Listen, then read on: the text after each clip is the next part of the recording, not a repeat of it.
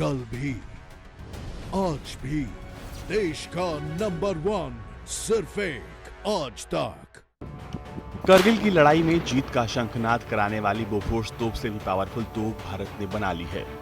देसी Bofors 155 mm howitzer तोप को बाबा कल्याणी कंपनी भारत फोर्ज ने बनाया है और इस गन को भारत 52 नाम दिया गया है। भारत फोर्ज ने बताया कि 4 गन में से 3 गन का ट्रायल अलग अलग फेज में है और चौथे का ट्रायल अंतिम फेज में है और जल्द ही ये सेना का हिस्सा होगी। आर्टिलरी गन भारत 52 का वजन 15 टन है और 48 किलोमीटर से अधिक की फायरिंग रेंज है। इस गन की ताकत का अंदाजा आप यहीं से लगा लीजिए, ये 30 सेकंड में 6 राउंड फायर कर सकता है।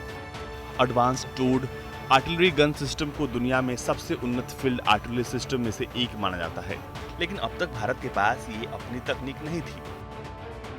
2016 में भारत ने अमेरिका से 145 होवित्जर लगभग $750 मिलियन में मंगवाई थी। 155 मिलीमीटर और 39 कैलिबर के अल्ट्रा लाइट होवित्जर तोपों की सीमा 24 से 29 किलोमीटर है, जो कि भारत 52 से काफी कम है।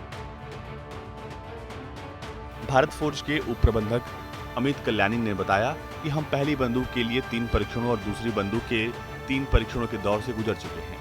एक बार परीक्षण का अंतिम चरण समाप्त होने के बाद हम बिक्री प्रक्रिया को शुरू करने के लिए तैयार हैं। भारत फोर्ज रक्षा मंत्रालय द्वारा शुरू की गई सुधार पहल का हिस्सा है। कुछ दिनों पहले ही रक्षा मंत्री राजनाथ सिंह ने 101 हथियारों और सैन्य प्लेटफॉर्मों के आयात पर प्रतिबंध लगाए हैं। इन 101 उत्पादों में आर्टिलरी गन भी शामिल है। कल्याणी ने आगे बताया कि हम जो भी उत्पाद बना रहे हैं वो 100% स्वदेशी है और यही डिजाइन किए गए हैं। 3 आर्टिलरी गन परीक्षण के उन्नत चरणों में है, एक परीक्षण के अंतिम चरण में है और सभी तरह के परीक्षणों से वो गुजर चुके हैं।